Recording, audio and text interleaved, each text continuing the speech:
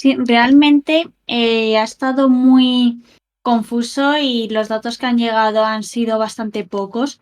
Y realmente como que todo el mundo africanista ha estado como bastante de Lulu viendo las teorías y las posibles influencias del exterior, ya que es que en República Democrática del Congo realmente es muy interesante las influencias exteriores, pero que han sido una constante en toda la historia del país desde su independencia. Primero enmarcándose en la Guerra Fría y luego posteriormente tras la Segunda Guerra del Congo, que en esto Nacho tiene escritos dos artículos, o sea, súper interesantes y que lo explica todo muy bien, tanto la Primera Guerra del Congo como la Segunda.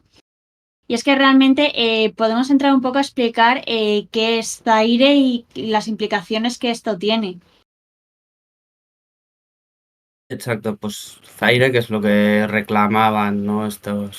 Los perpetradores de este intento de golpe de Estado, reclamaban la vuelta de las instituciones de Zaire, que Zaire fue como se denominó el país durante el régimen de Mobutu Sese Seko, ¿no? Entre el año 71 al 1976, casi 30 años de gobierno de Mobutu, que evidentemente era una dictadura en la que no se permitían los distintos partidos políticos, en la que había una fuerte represión hacia la disidencia, pero sí que en parte a través del nacionalismo sí que, bueno, introdujo ciertas ideas africanistas y de vuelta a la fuerza del Reino del Congo. Y esto vendría a ser un poco lo que reclamaban, lo que se reclama al reclamar la vuelta a la República de Zaire, como se podía ver en las banderas. Eh, no está claro si tiene vínculos directos con los que quedan de este gobierno de Mobutu.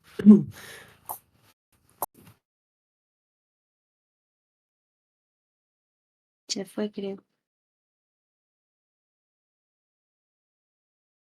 O sea, no he escuchado muy bien la última parte, pero para hablar un poco del contexto de lo que era el gobierno de Mobutu, porque también nos preguntaron la última vez que estuve en directo habían sido como las aportaciones o o lo que se podía haber sacado de las relaciones Europa-África, y saqué el caso del Congo, sobre todo el caso del primer presidente y líder de la independencia, Patrice Lumumba, que estuvo solo 5 años, pero que desde Occidente, sobre todo Estados Unidos, que se le veía como una avanzadilla del comunismo en la región, luego a Francia y a Bélgica, que no les hacía ninguna gracia las ideas de Lumumba, sobre todo las nacionalizaciones, pues acabaron dando un golpe de Estado en el que pusieron en el poder a Mobutu. A Lumumba lo capturaron, lo torturaron y, como dije, lo disolvieron en ácido. Y que no se ha sabido hasta entonces que había sido de él hasta hace unos pocos años que les pudieron devolver un diente. Del líder de la independencia solo queda eso, así que y es lo único que se ha podido enterrar. A Mobutu se le puso en el poder, aunque eso lo primero que hizo fue prohibir toda actividad política, pero a Estados Unidos le venía muy bien, ya que se le veía como un contrapeso al comunismo que se podía dar en África. Y República Democrática del Congo tuvo un papel muy importante durante la Guerra Fría, tanto en lo que llamamos las guerras por delegación o proxy war, en la de amparar a distintos grupos de la región. O sea, Uganda y Ruanda han estado muy metidos en la historia de la República Democrática del Congo, tanto en la Primera como en la Segunda Guerra. Y en esto también se habla mucho de los opositores en el exilio, que este en concreto no sé muy bien dónde estaba. No sé si nos puedes concretar, Nacho, de esto. Sí, o sea, la República de Zaire, Malanga, hace unos cuantos años la proclamó desde Bruselas. Dijo que, bueno, se declaró una especie de como de gobierno en el exilio por parte de esta República del Zaire con el objetivo de recuperar y tomar el poder en el Congo. Por contextualizar un poco la figura de Malanga, Malanga nació en el Congo, pero ya a los 10 años tuvo que huir por refugiada con su familia, y después de pasar por Sudáfrica y por varios sitios, acabó en Estados Unidos, donde hizo entrenamiento militar hasta que se decidió a volver al Congo para hacer el servicio militar y acabó creando el Partido de los Congoleses Unidos, que es el partido que lidera en la actualidad y es el que proclamó la República del Zaire. Por seguir con lo que que estaba antes de Mobutu, hemos explicado muy bien sus vínculos, sobre todo con Estados Unidos, y precisamente fue la caída de la Unión Soviética la que hace que Mobutu deje de interesar a Estados Unidos y a los países occidentales. Por eso en 1996 en 1994 se produce el genocidio de Ruanda, por la que los hutus más radicales asesinaron a muchos tutsis. Como sabéis, las dos etnias mayoritarias de Ruanda son los hutus y los tutsis, y muchos de estos hutus acabaron huyendo a la República Democrática del Congo cuando toma el poder una insurrección del Frente Patriótico Ruandés liderada por Kagame, que es el que aún hoy sigue siendo Sí, es presidente de importante. Ruanda. Que el gobierno era Tutsi y que después se hicieron muchas purgas en República Democrática del Congo por venganza contra los Hutus. Exacto, porque estos hutus desde el Congo siguieron atacando al nuevo gobierno ruandés de Kagame. Y bueno, desde los gobiernos de Ruanda y de Uganda, que era el aliado de Kagame, Kagame había participado en la insurrección que llevó al poder a Museveni en Uganda, pues se decidieron por atacar a estos perpetradores del genocidio en en la propia República Democrática del Congo. Lo hicieron a través de Laurent Desire Kabila, del padre del antiguo presidente de Joseph Kabila. Lo armaron, incluso los propios ruandeses y ugandeses participaron de esta milicia de Laurent Desire Kabila, que en pocos meses tomó la capital Kinshasa y fue la que puso el actual nombre de República Democrática del Congo. Poco después, al final, decidió echar a los miembros de su gobierno y de su ejército de nacionalidad ruandesa y ugandesa, lo que provocó la que se conoce como Guerra Mundial Africana, ¿no? Porque diversos países del continente participaron, en especial Ruanda y Uganda, participaron para derrocar al nuevo gobierno de Laurent Desire Kabila, pero también otros como Angola, Namibia, Chad, hasta 9 países participaron de forma directa. Zimbabue también fue de los que más tropas mandaron, y desde entonces tanto Ruanda como Uganda en cierta medida no han abandonado nunca el este del país, ¿no? Las provincias de Kivu Norte, Kivu Sur y Turi, sobre todo, siguen teniendo distintos grupos armados apoyados en cierta medida por estos dos países que intervienen de forma muy asidua en los diferentes conflictos que recorren la República del Congo, como estamos viendo últimamente con el M23, que es un grupo al que se acusa se acusa a Ruanda de estar detrás de este grupo.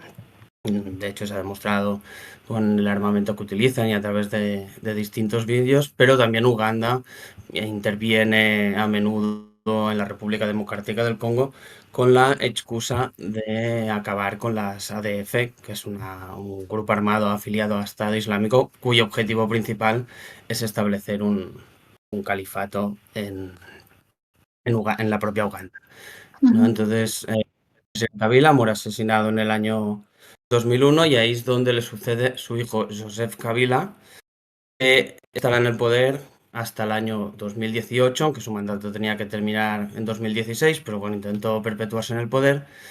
No lo consiguió y en 2018 hubo las elecciones en las que ganó el actual presidente Etienne Tshisekedi, que a la vez es hijo de un antiguo primer ministro bueno, primero durante los tiempos de Mobutu, tiempos, a pesar de que era un opositor, cuando intentó un poco hacer una apertura democrática al propio Mobutu, le dio cargos de este gobierno. Tien Tshisekedi ha estado al mando del país hasta, bueno, sigue estando en el mando del país y ganó las últimas elecciones que se celebraron en este mes de diciembre. Entonces, un poco contexto general de los últimos 20 años en el Congo que nos lleva a los hechos ocurridos ayer. Si quieres Sí. añadir algo, Andrea. No, es que realmente, o sea, es que la historia del Congo es enormemente compleja. He pasado tus artículos por el chat porque realmente es que viene muy bien explicado todo lo que ocurrió y sobre todo en estos artículos hay una cosa que destacas es cómo estas guerras están atravesadas por la cuestión de los recursos naturales, porque el Congo, o sea, ya está el famoso coltán, que es de lo que más se suele hablar, pero sobre todo también oro, diamantes. Y es que toda esta cuestión alimenta a los propios grupos armados. Lleva pasando desde prácticamente la independencia del país. Por ejemplo, era las milicias que peleaban contra Mobutu sacaban la financiación de los propios de las propias minas que explotaban bajo su control. También, al mismo tiempo, los intereses internacionales, como comentábamos antes, están muy interesados en eso, en esa extracción de los recursos y que son recursos enormemente estratégicos y además muy raros. Y es que el hecho de tener estas materias primas alimenta muchos conflictos ya que los grupos armados tienen capacidad de financiación. Una cosa que pasó a nivel un poco general en África durante la Guerra Fría es que cuando esta terminó, como ya la guerra por delegación entre Estados Unidos y la Unión Soviética no existía, muchos países que estaban enzarzados en peleas se quedaron sin financiación, tuvieron que sentarse a negociar, pero en el caso del Congo no fue tanto así porque es que son los propios recursos naturales alimentaban el conflicto y tienes a los países de alrededor como Uganda y Ruanda también muy interesados en llevarse estos recursos naturales, que ya en algún directo lo comentábamos que era muy llamativo como el mayor productor del mundo de coltán es República Democrática del Congo, sin embargo el mayor exportador, ¿quién era? ¿Uganda o Ruanda? Porque iba cambiando. Ruanda. Ruanda. Y que, o sea, es Ruanda, pero Ruanda no tiene yacimientos. Dices, vaya, qué cosas. Y es que sobre todo están las incendiarias regiones de Kivu Norte y Kivu Sur que tienen un protagonismo durante todos los conflictos en República Democrática del Congo. Sí, exacto. Es muy, bueno, muy interesante investigar estas cadenas de suministros de los minerales que se extraen de prácticamente todas las provincias del este del país y que en el caso de los kibus pues salen precisamente a Ruanda, ¿no? A pesar de no tener minas. Existen, claro, se crean tantos intermediarios en el proceso, pero todas estas materias tarde o temprano acaban en nuestra tecnología. Y esto pasa en Kivu, pero pasa también en Katanga, donde la gran mayoría de minas son propiedades chinas.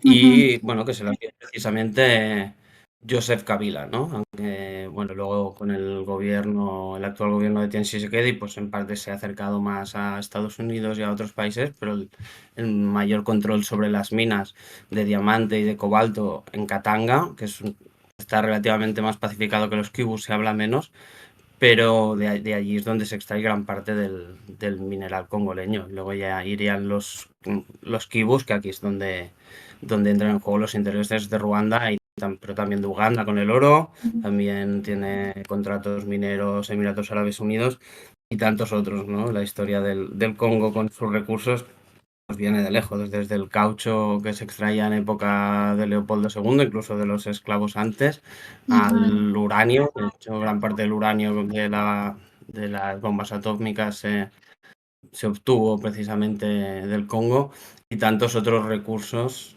que, bueno, ayudan a financiar, aunque no los expliquen directamente, sí que ayudan a financiar estos conflictos y a perpetuarlos, ¿no? Que nadie quiere perder su interés en esta parte.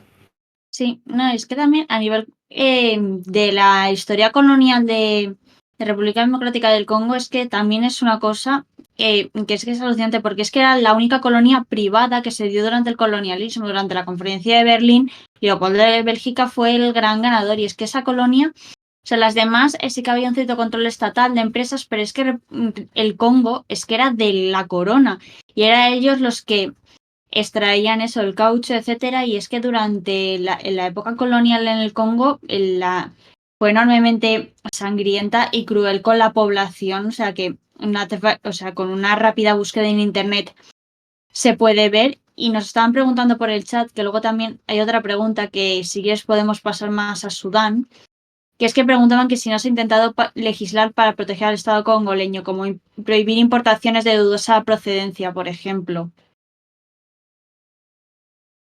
Sí, bueno, legislaciones ha habido muchas, sobre todo, bueno, en la Unión Europea tiene varias legislaciones, pero también vemos como son muy opacas estas líneas de suministro y por tanto es muy difícil legislar sobre ellas porque bueno, pasan por tantos pasos y van pasando desde la persona que la extrae, vienen compradores, va pasando. Hay un libro que se llama Cobalto Rojo que lo explica muy bien, que bueno, al final la empresa destinataria final se acaba un poco lavando las manos porque Ujú, ellos lo han comprado a terceras partes.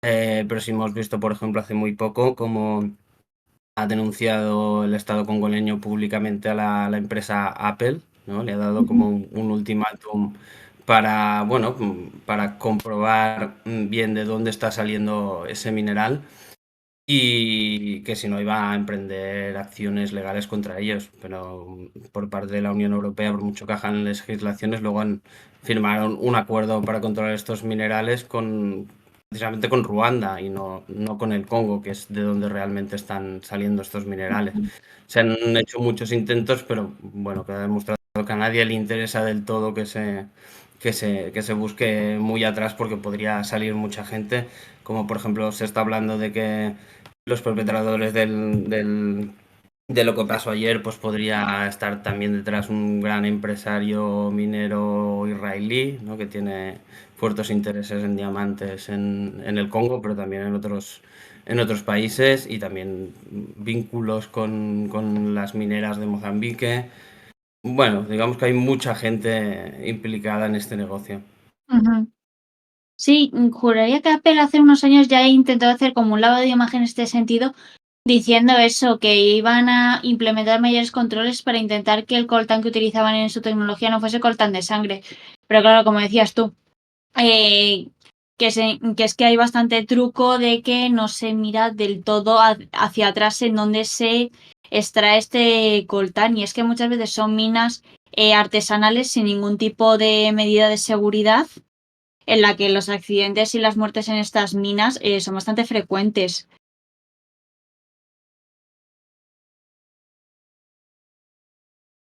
Sí, Sí, sí, sí. No sé si querías comentar más sí, cosas es sobre que el Congo. Alguna otra no, pregunta y es que hablamos de Sudán, si antes, queráis. sí, es que Manu Pogo decía antes que las RSF estaban perpetrando un genocidio en Darfur, que si tenemos pensado hablar de este tema. Sí, de hecho es un tema del que habría que dedicarle más tiempo porque es realmente horroroso lo que está ocurriendo en Sudán.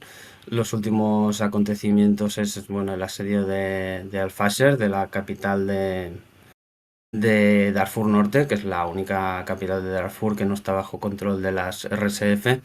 Y los reportes que llegan de allí pues, son de quema de aldeas, de ataques claramente con una intención de limpieza étnica. Y han salido varios informes en los que bueno, se dice que directamente lo que está cometiendo las RSF en Darfur es una limpieza étnica, lo cual encaja con que las actuales RSF son el antecedente directo de las milicias Janjaweed, que fueron las que perpetraron el genocidio de Darfur contra los pueblos Fur, Masalit y Bahara, que son las poblaciones negras de Darfur y que asesinaron a miles de personas a principios de siglo en lo que bueno, se le ha llamado el genocidio de Darfur. Y estas milicias fueron posteriormente integradas dentro del ejército como un grupo paramilitar, no directamente dentro de la estructura, y eran utilizadas por el gobierno de Omar al-Bashir. Y estas luego son las que perpetran el golpe de Estado que acaba con la transición civil-militar, ¿no? Y son actualmente las que están luchando contra el gobierno sudanés y efectivamente se han documentado distintas matanzas en los pueblos de Darfur, sobre todo en zonas rurales, donde se calcula que más de 200 pueblos han quedado totalmente, totalmente destruidas. Así que yo creo que hay bastantes indicios para que podamos hablar directamente de limpieza étnica, lo que está ocurriendo en Sudán. Sí, nos preguntaban que cuál es la causa del genocidio de Darfur, que si es la etnia. ¿Y cuál es la etnia Bueno, predominante en Sudán, si tiene algún nombre? Sí, a ver, siempre detrás de las etnias hay unos intereses políticos y de muchos tipos. Creo que nada nunca se puede calificar solo de conflicto étnico, pero a grandes rasgos viene de que la población de Darfur se divide entre la población árabe y la población negra. Aunque ambos grupos son musulmanes, entre los pueblos negros están los Fur, están los Masalit y están los Bahara, y que durante el gobierno de Omar al-Bashir estaban siendo fuertemente reprimidos por la política de arabización que llevaba a cabo Omar al-Bashir, ¿no? Y bueno, durante muchos años fueron perseguidos por el gobierno central hasta que se producen los acontecimientos más graves cuando estos grupos negros son los que se levantan en armas contra el gobierno y la respuesta de estas milicias fue brutal, ¿no? Ujú, El pueblo masala, por ejemplo, también tiene mucha presencia en el vecino Chad. El gobierno de Chad pertenece, el clan Devi pertenece precisamente a esta etnia, pero digamos que más o menos como en otras partes de África, Sudán se divide principalmente entre un norte árabe y un sur de ascendencia africana, pueblos negros. ujú. Sí, nos preguntan que por qué se quiere hacer esta limpieza étnica, qué objetivos se persiguen.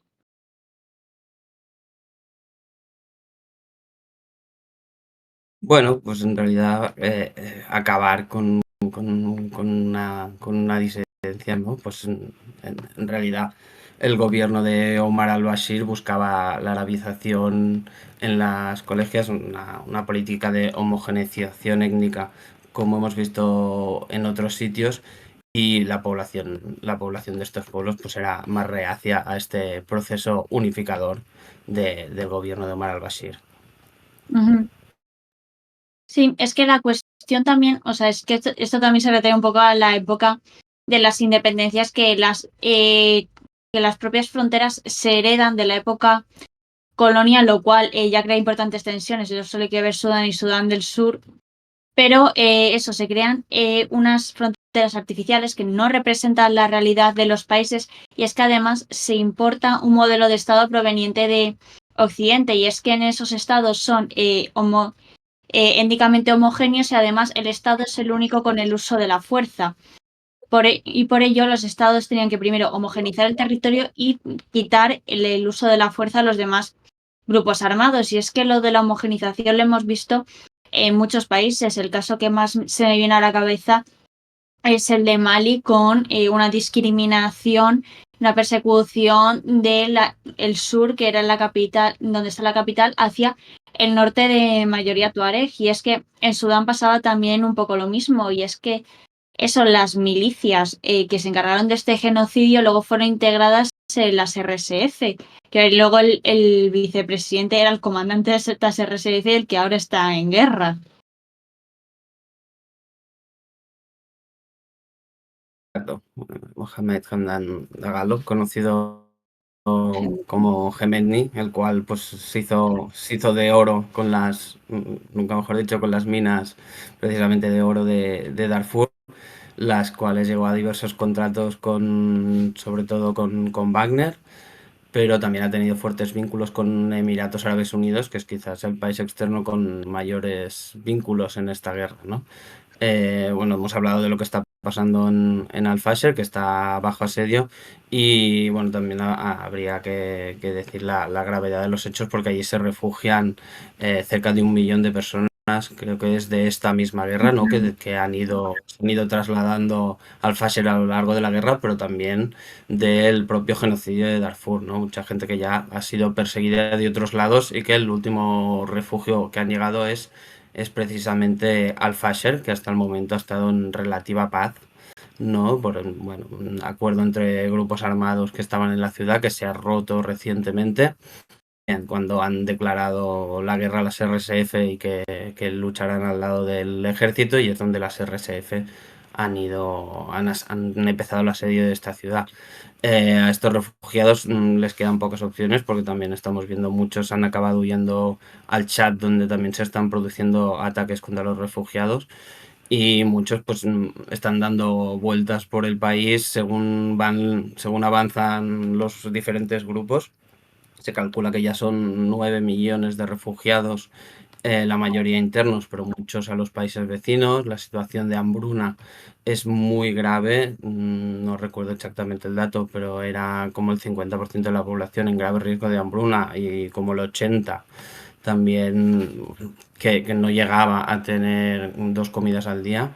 Y por tanto lo que sí estamos hablando en Sudán es de una verdadera catástrofe humanitaria de la que se habla muy, muy poco. Sí, justamente nos preguntan que si hay algún interés de Occidente en la zona para que se haya silenciado este conflicto. ¿El de Sudán? Sí. Claro, yo precisamente creo que se silencia porque no lo hay, ¿no? Ujú. Porque en Sudán hemos visto más bien vínculos con los que señalaba, con los que están más implicados, pues son Emiratos Árabes Unidos y Rusia, que Rusia, si en un principio, pues sobre todo a través de los vínculos de Wagner, parecía estar más cercana a las RSF, sí que en las últimas semanas hemos visto reuniones de alto nivel con el presidente sudanés, con Al-Burhan.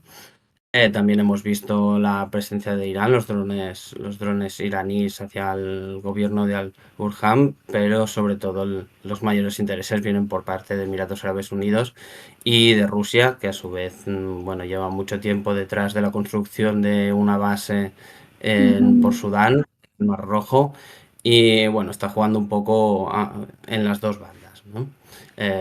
Bueno, los intereses en acabar con el conflicto, sobre todo, han venido de Estados Unidos y Arabia Saudí, que son, bueno, algunos de los que más les interesa tener pacificado el Mar Rojo, que ya, bueno, tiene guerras en todos sus lados, pero creo que no tienen un interés muy concreto y eso es precisamente lo que hace que se silencie este conflicto y que prácticamente no lo veamos en los medios de comunicación. Sí, la Unión Europea al principio del conflicto trató de meterse a mediar, pero estaba como todo el proceso de negociaciones acaparado por Arabia Saudí y Estados Unidos, pero las posturas tanto de Al-Burhan como de Hemeti eran tan irreconciliables que es que no se llegó a ningún punto. Pero es que yo creo que otra cosa que también influye en que este conflicto no se hable tanto es por lo cruento que está llegando a ser. O sea, yo porque lo seguí sobre todo al principio, me acuerdo que las ONGs tuvieron que salir corriendo porque sus propios cooperantes, sus propios efectivos de estas ONGs corrían peligro. Los periodistas también tuvieron que salir corriendo y es que la brutalidad y la violencia con la que empezó la guerra de Sudán, sobre todo también, por ejemplo, las embajadas tuvieron que ser evacuadas de urgencia. La violencia que hubo, como todo el mundo tuvo que salir corriendo de Sudán, eso contribuyó mucho a que se silenciase. También me recuerda un poco a Etiopía, que se cerró todo, no se dejaba entrar a nadie y es un conflicto también bastante desconocido. Y probablemente de Sudán hasta que el conflicto no acabe, no se acabe sabiendo del todo cuál ha sido la magnitud real de esto. Sí, exacto. Bueno, en pocos días hemos pasado que se hablaba de 15.000 muertos a cifras que hablan de más de 100.000, ¿no? Al Ujú. descubrirse nuevas zonas y llegar nuevos informes, de repente exponencialmente sube el número de víctimas civiles de este conflicto. Sí, es Bueno, Es que estas de- instituciones, organizaciones de derechos humanos, ONGs, podían operar como en zonas muy concretas. O sea, no se podía hacer como un informe completo general de la situación. Sabíamos como pequeñas partes, porque eso, además de que todo el mundo se salió corriendo por su propia seguridad y luego acabaron volviendo para intentar evitar una crisis humanitaria, sobre todo porque era una de las grandes preocupaciones cuando se inició el conflicto era que la población sudanesa ya tenía graves problemas en su día a día. Una guerra era ya una crisis de hambruna, una crisis humanitaria y sobre todo iba a generar una crisis de refugiados a los países de alrededor, que tanto los países de alrededor como el resto del mundo sabían que eso iba a acabar pasando. Se intentaron hacer procesos de paz también regionales con Sudán, no funcionaron para tratar de paliar esta situación, pero eso ha sido tan complicada y los niveles de violencia han sido tan altos que era muy difícil trabajar en Sudán. Sí, de hecho, todas las iniciativas de paz han fracasado, ¿no? Desde, bueno, las primeras que comentabas de Arabia Saudí, de llevar un proceso de paz a Jeddah, bueno, se estancaron en su momento y prácticamente no se ha saber, no se ha vuelto a Ujú, saber nada. Luego está la organización Takadum, que está liderada por por el expresidente Farmajo. Bueno, también intentó sentar en la misma mesa a Hemeti y al Burhan y ambos se negaron. ujú. Y por otro lado, la de la IGAD ha acabado provocando la salida de Sudán, de la mayor organización del Cuerno de África, precisamente porque invitó a Hemeti, ¿no? Entonces, parece muy complicada una salida militar al conflicto que parece recrudecerse casi un año después en vez de tirar para atrás, ¿no? Lo que reclaman las organizaciones civiles es que, bueno, que las soluciones van a tener que llegar a otro lado porque las ambiciones de ambos generales nunca van a llegar, ¿no? Ambos se niegan en rotundo a sentarse en una misma mesa. Sí, y nos preguntaban también que si hubo algún cambio porque a Sudán le quitasen de la lista de patrocinadores del terrorismo. Y yo creo que eso era más un proyecto del primer ministro civil Hamdok, pero como lo quitaron del poder con un golpe de Estado, o sea, ¿cómo lo calificamos? Golpe de Estado. Como lo acabaron quitando del poder, pues no ha acabado siendo mucho más. También las relaciones con Israel, que es que Estados Unidos lo que tenía propuesto para Sudán era nosotros os quitamos de la lista de patrocinadores del terrorismo, si a cambio reconocéis a Israel, mejorar las relaciones bilaterales, etcétera, etcétera. Sudán a lo máximo que llegó fue como a abrir el espacio aéreo, unas ciertas mejoras en cooperación, pero no fue a más esa mejorar las relaciones con Israel. Sí, sí, exacto. Lo que sabemos es eso, que la contrapartida fue bueno, el reconocimiento de Israel y se ha vuelto a saber más bien poco, ¿no? En Sudán han pasado tantas cosas en 4 años, ¿no? Ujú. Que desde la revolución que se inició en 2018, en 2019 echan a Omar al-Bashir después de 30 años y se inicia este consejo de transición, primero militar y luego civil y militar, hasta el golpe de estado de al-Burhan, que bueno, gobernaron juntos hasta bueno, los intentos de Al-Burhan por integrar al grupo paramilitar, a las RSF dentro del ejército, fueron la causa directa de la guerra que vemos Ujú. actualmente que ya lleva. Sí, pues creo que no queda ninguna pregunta más. No sé, si no, en estos últimos 10 minutos podemos hacer un pequeño repaso también del Sahel, que ha habido cositas, o sea, no tan llamativo como Sudán, República Democrática del Congo, pero ha habido esos pequeños pasitos que decimos siempre, que luego son importantes para las cosas más grandes. Y es que ha habido una reunión de Mali, Níger y Burkina Faso en la cual el objetivo era hacer un texto para la fundación de la Confederación de la Alianza de Estados del Sahel, que es como el objetivo final de estos tres países que ya crearon la Alianza de Estados del Sahel el año pasado, eso, con un objetivo sobre todo al principio militar y después se ha ido ampliando a cooperación económica, política y ya se iba diciendo la ambición de crear una confederación entre estos tres países y la verdad es que este proceso se está moviendo con bastante rapidez. Así que en este punto eh, se, ahora mismo se encuentran y que se espera que se adopte en las próximas semanas. Así que también lo comentábamos internamente en Descifra que no sería tan extraño que para finales de año, principios de siguiente ya hubiese como un paso, un salto bastante grande en esta confederación. Al mismo tiempo, esta Alianza de Estados del Sahel tiene un punto común que es el rechazo a Francia, pero es que actualmente ya se ha expandido hacia Europa y ahora es todo Occidente porque incluye a Estados Unidos. Níger exigió la retirada estadounidense del país y después de diversas conversaciones que no llegaron a ningún punto, ya se ha llegado a la conclusión de que después, perdón, ¿se me oye? Sí, yo te oigo, Andrea. Ah, vale. pues que se ha llegado a la conclusión de que para el 15 de septiembre se retirarán las tropas de Níger. También en Chad está habiendo como un rechazo, un llamamiento a la revisión de los acuerdos de cooperación bilateral con Estados Unidos, pero de momento no se sabe muy bien a qué ha llegado. También en este punto de reorientación de las misiones de seguridad de fuera del continente, se ve que este 18 de mayo se daba el fin de la misión de entrenamiento de la Unión Europea en Mali después de casi 11 años y era una de las joyas de la corona, por así decirlo, de la presencia europea en el Sahel, sobre todo en Mali, en esta plena pugna geopolítica con Rusia que estamos teniendo. Pero ahora mismo eso se está viendo más como una reorientación hacia los países del Golfo de Guinea para tener unas misiones de asesoramiento de seguridad, o sea, tratar de hacer de los países de África Occidental, Costa de Marfil, Ghana, Togo, Benín como el nuevo bastión de la presencia occidental en el continente, porque ahora mismo ya la pérdida del Sahel ha sido muy fuerte. O sea, un golpe muy fuerte para Occidente, pero es que no pueden salirse totalmente de África. Sería ya un golpe tremendo para sus intereses.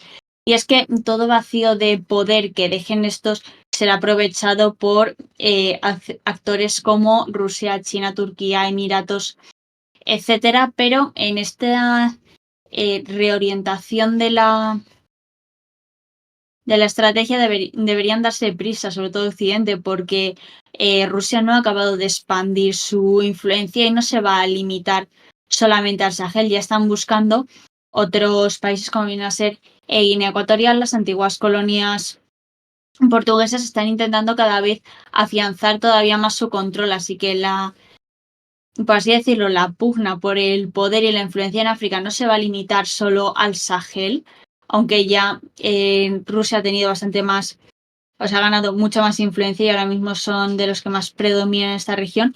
No ha acabado todavía, así que en los próximos años podemos ver cómo esta pugna se extiende a todavía más países.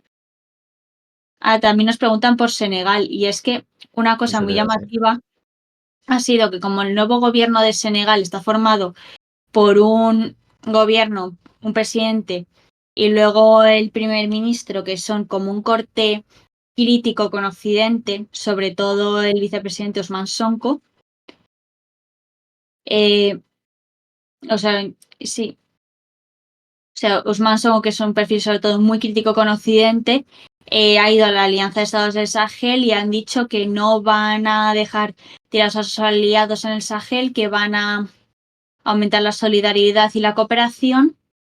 Y en este punto también el presidente, Diomaye Faye, ha ido a los países de la Comunidad Económica de Estados del África Occidental a también a ver si hay un diálogo. Así que ahora mismo Senegal podría jugar un papel muy interesante en hacer una bisagra entre la enfrentada Alianza de Estados del Sahel y la Comunidad Económica de Estados del África Occidental, porque el perfil es, por así decirlo, un medio camino entre ambas instituciones, porque son lo suficientemente críticos con Occidente como para no chirriar en la narrativa interna a la Alianza de Estados del Sahel y poderles recibir, pero al mismo tiempo con ideas panafricanistas, lo cual le viene bien a la comunidad de Estados económica de Estados del África Occidental. Al mismo tiempo, como este gobierno no estaba cuando ocurrió la crisis de la intervención en Níger, pues eso les da una ventaja y ahora mismo Senegal busca posicionarse como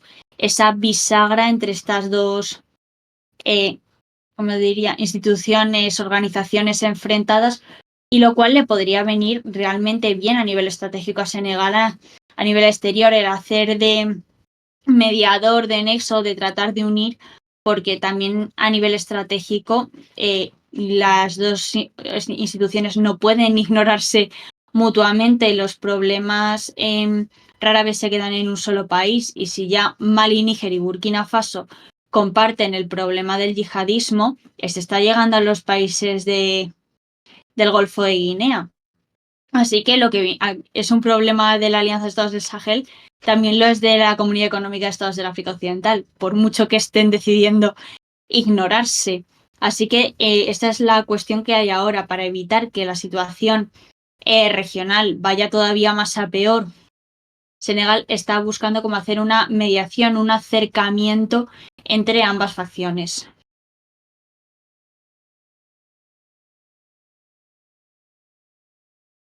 No sé si hay alguna otra pregunta, una última pregunta sobre alguno de los temas que hemos tratado, sobre el Sahel, Sudán o el Congo.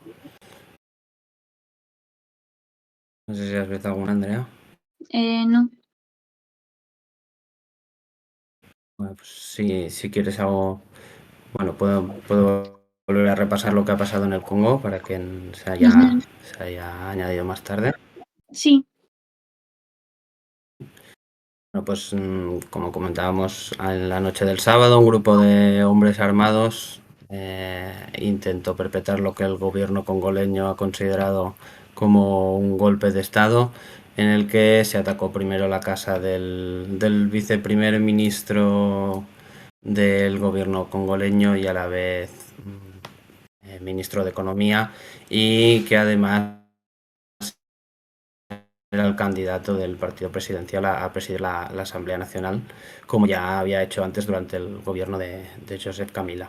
Después se dirigieron al Palacio Nacional y allí emitieron vídeos llamando a la insurrección del pueblo congoleño y a la recuperación de la República, la proclamación de la República del Zaire.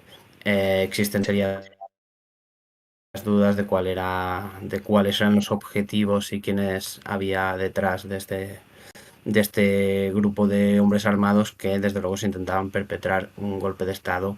No se veían las mejores condiciones ni por armamento ni porque parecía que tuvieran preparado ningún tipo de estructura para después del golpe, ni, ni realmente apoyos, ni entre otros miembros de la clase política congoleña, ni exteriores, ¿no? Aunque se habla de ciudadanos estadounidenses, lo cual tiene sentido porque vivió durante muchos años Malanga, que es el que se considera líder de este grupo, vivió durante muchos años en Estados Unidos, donde vivía hasta hace poco.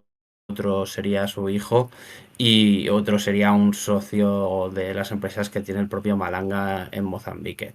Un Malanga que es bueno, uno de los más fervientes opositores al gobierno de Joseph Kabila, quien estuvo casi 2 décadas en el poder tras el asesinato de su padre, de Laurent Désiré Kabila.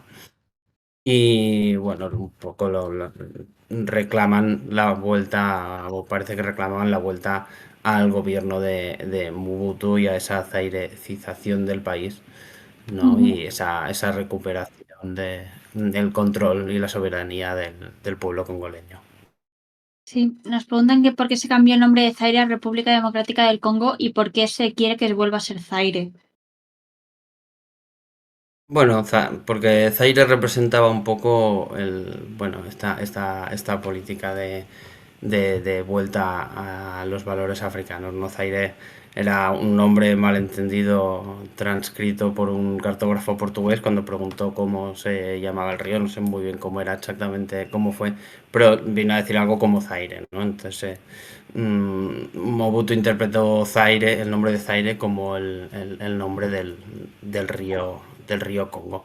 Y la vuelta al nombre de República Democrática del Congo pues fue un poco como romper con ese pasado de Mobutu una vez Laurent Désiré Kabila llega al poder apoyado por Ruanda y por Uganda en 1997.